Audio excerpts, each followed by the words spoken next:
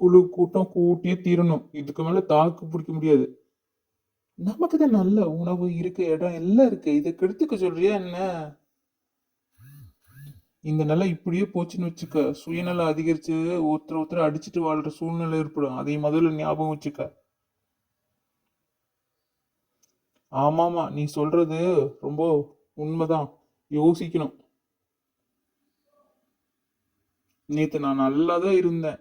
ஆனா என்ன ஏதோ தொத்து நோய் பரவுதுன்னு ஆஸ்பத்திரி கூட்டிட்டு போய் ஊசி போட்டு வந்துட்டாங்க. வலி தாங்கவே முடியல. என் மேல அன்பா தான் இருக்காங்க. ஆனா எல்லா நேரத்துலயும் அவங்க அன்பா இருக்கிறது ஏத்துக்கவே முடியல தெரியுமா? இதை விட கொடுமை என்னன்னா, வாக்கிங் போகும்போது அவங்க கூடவே நம்மளை நடந்து போக சொல்றாங்க. அவங்க சாப்பிடும்போது சாப்பிடணும், தூங்கும்போது தூங்கணும். அவங்க சொல்றது எல்லாம் கேட்க வேண்டியதா இருக்கு. ஓடி விளையாடி எத்தனை நாள் ஆச்சு தெரியுமா? எங்கேயாவது ஓடுவோம், ஓடிட்டே இருப்போம். ஆனா இப்ப அதுக்கெல்லாம் வழியே இல்லை. நாய்கள் அனைத்தும் ஒன்று கூடி பேசி ஒரு முடிவுக்கு வந்தது. பொதுக்குழு கூட்டம் கூட்டியே ஆகணும். கூட்டத்துக்கு தலைமை தாங்க சிங்கத்தை ஏற்பாடு பண்ணணும். உண்ணாவிரதம் இருந்தே தீரணும் அப்படின்னு சொல்லி நாய்கள் எல்லாம் ஒரு முடிவுக்கு வந்து எல்லாமே கலைஞ்சு போயிடுச்சுங்க. அதுக்கப்புறம் நம்ம பூனை இதெல்லாம் கேட்டுட்டு போய் என்ன நினைக்குதுன்னு பாருங்கள்.